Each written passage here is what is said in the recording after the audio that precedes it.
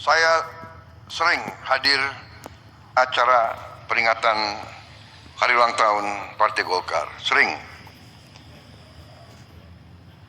Tapi sekarang rasanya agak berbeda. Karena sekarang saya hadir sudah sebagai Presiden Republik Indonesia.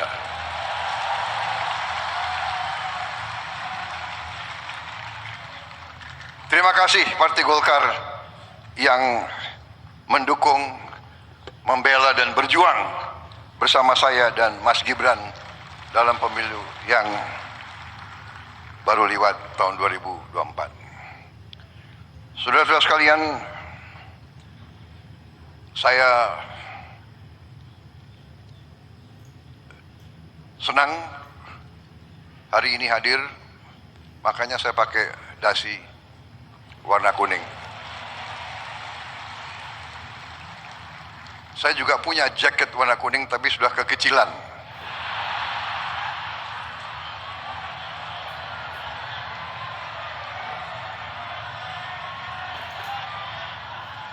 Jadi jalan tengah tadi cari sekpri, buru-buru cari apa itu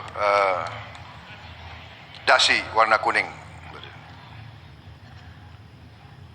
Saudara-saudara sekalian,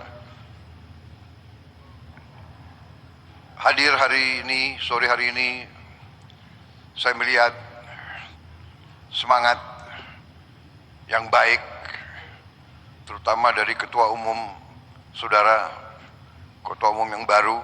Ya. Beliau saya kenal juga tidak lama, baru-baru saja kita kenal, Pak ya. Baru-baru saja.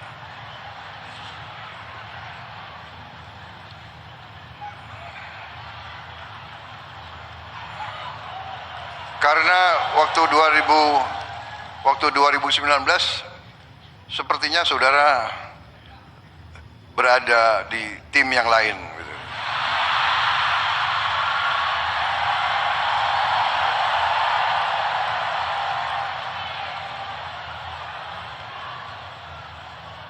Maaf, saya lihat juga tokoh-tokoh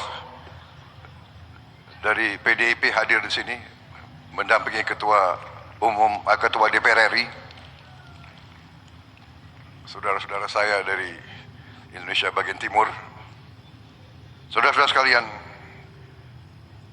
walaupun kenalnya belum lama,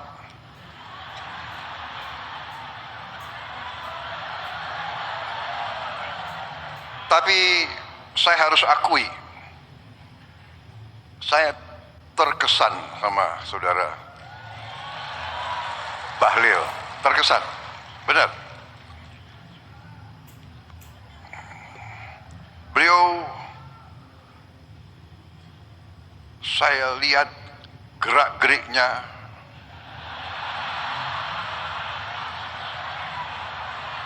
pemikirannya, ucapan-ucapannya, pandangan-pandangannya cukup meyakinkan. Nah, serius ini, serius. Waktu saya gabung dengan Pak Jokowi di kabinet Indonesia Maju, ya, kabinet beliau, kabinet Pak Jokowi, saya agak aneh juga. Beliau dipilih jadi Menteri Investasi. Biasanya Menteri Investasi, ya kan, itu lulusan universitas di Amerika.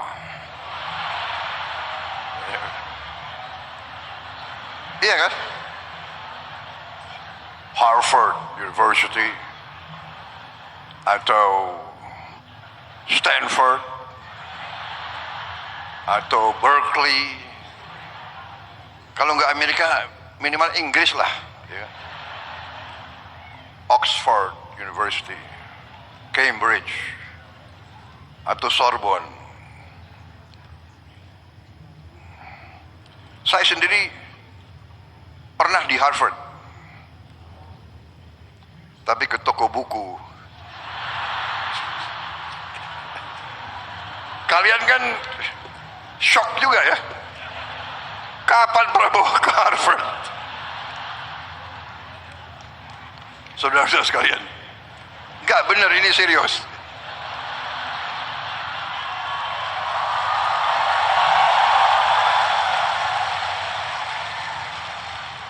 Aneh ini, kenapa Pak Jokowi milih Pak Bahlil Menteri Investasi? Apalagi beliau dari Papua kan? Biasanya itu jabatannya tuh Menteri Pembangunan Desa Tertinggal gitu-gitu.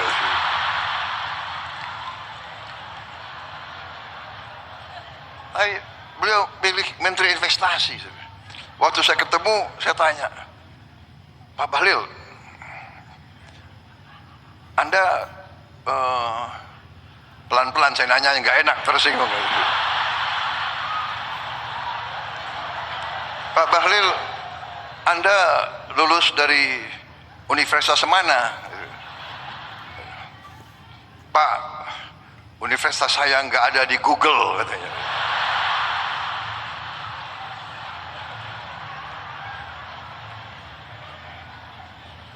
Habis itu, Anda kalau ketemu investor asing gimana? Ya kan? Saya nggak mau tanya, Anda bahasa Inggrisnya bagus nggak? Gitu kan?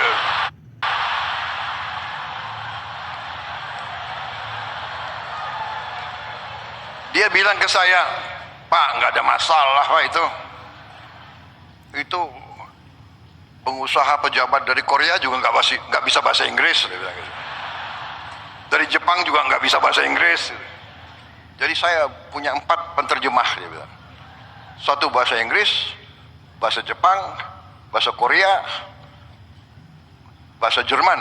Jadi kemana-mana penterjemahnya 4. Pinter juga orang ini. Pinter juga. Walaupun universitasnya nggak ada di Google, ternyata saya lihat boleh juga orang ini.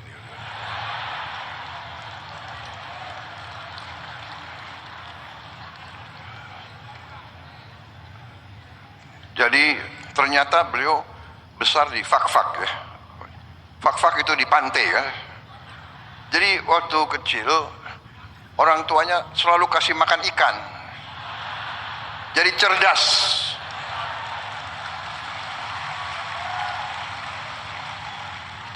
Dan saya, walaupun sebentar, saya lihat dan saya saksi bagaimana beliau beroperasi.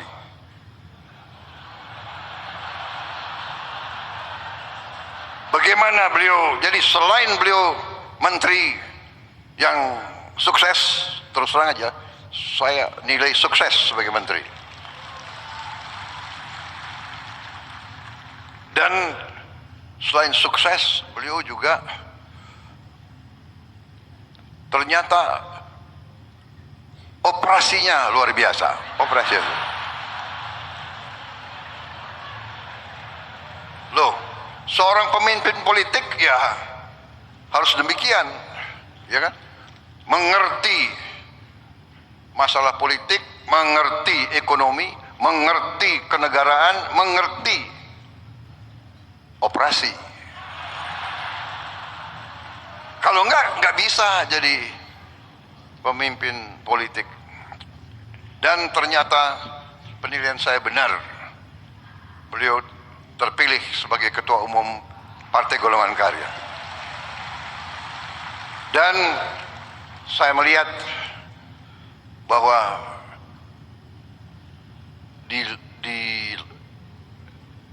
atas kepintaran, di atas teknokrasi, di atas profesionalisme,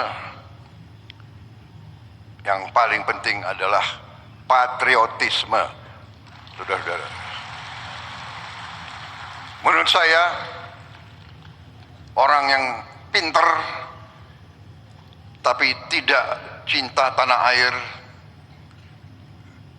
kurang bermanfaat untuk bangsa dan negara. Orang orang pinter tapi tidak loyal biasanya merugikan suatu organisasi.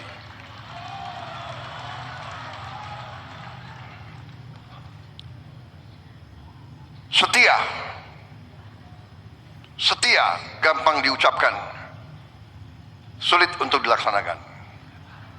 Setia